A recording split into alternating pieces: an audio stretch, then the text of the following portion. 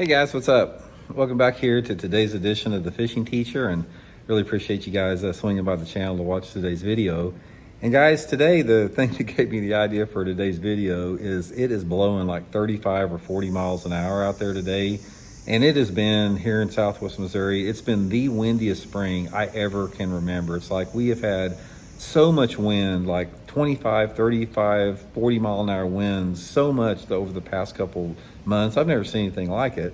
So it gave me the idea to do the video today. I want to talk about how to fish effectively in high wind situations. Not like unsafe high winds, but just when it's windy as a mother, like it's when the wind's blowing 15 to 25 miles an hour, which is fishable, but it requires some adjustment. So we're going to get into that in today's episode. Also, guys, before we get started, a couple quick housekeeping things. Just want to invite everybody to please consider hitting that subscribe button here to The Fishing Teacher. It's free and easy, man. We're about 1,000 short of 20,000 we're trying to hit. That'd be much appreciated. And also, guys, please take advantage of the big spring blowout sale going on at Tackle Warehouse right now. 35% off on a bunch of stuff on the website. I'll put my link in the description to Tackle Warehouse if you guys would like to take advantage of that. So really appreciate it. Okay, wind is a reality of fishing that you can't deny. It's every single day is different. You're going to have some days where it's calm, some days where it's windy as heck, and everything in between. But I want to give some tips and advice on how to effectively fish and maybe some techniques to talk about on those really windy days. Now, the first thing is let's talk a little bit about boat positioning on wind, because I see a lot of people making the worst mistake that you can make when you're fishing on a windy day, and that's trying to fish into the wind.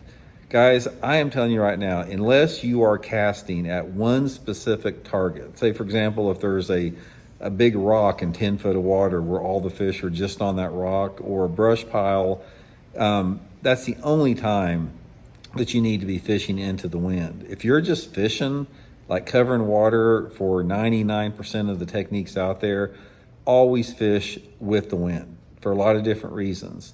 And then we'll get into the reasons here in a second, but I'll talk a little bit about, how you can effectively do that. If you're fishing down a bank and it's really windy and you're moving really fast, there's two things you can do to help slow you down or to make it more efficient.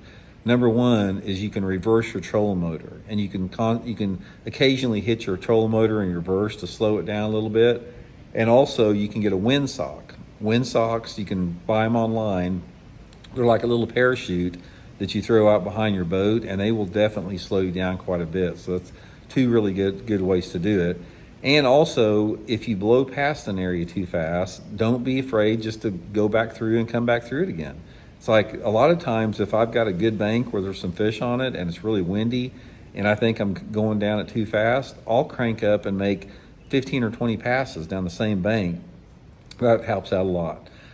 Okay, now let's talk about why you want to fish in the wind. A lot of different reasons for this. First of all, it's a little bit more. It's quieter. Now aside from the situation I talked about, of reversing your motor, if you can drift with the wind and just occasionally, adjust your trolling motor, the front of it to the direction you're going, you're going to be a lot more stealthy. Because if you try to fight the wind in a 20 mile an hour wind, that trolling motor is going to be going constantly. And that's a strike deterrent. It's a negative to the fish. The next thing with it, you can make longer casts. And a lot of times in situations, clear water, spooky fish, a long cast is necessary. Try casting into a 25 mile an hour wind. I mean, unless you've got like a 1 ounce football head jig, you're going to have a hard time doing it. So it makes your cast easier, cast farther, and it also makes your line lay in the water better and gives the lure a more natural presentation. Because when you cast with the wind, your bait is going to tend to go straight down. And if you try to cast into the wind, the line is going to catch that a little bit and drag that bait where it doesn't fall vertical. So the angle of the cast makes a lot of difference, or as far as the angle of the fall of the bait makes a lot of difference if you're going with the wind or into the wind. So those are really three really big reasons right there. I mean, one of the things that I have found out about bass fishing, guys, is that most of the bigger fish that you catch in bass fishing come on longer casts. Big fish they know you're there.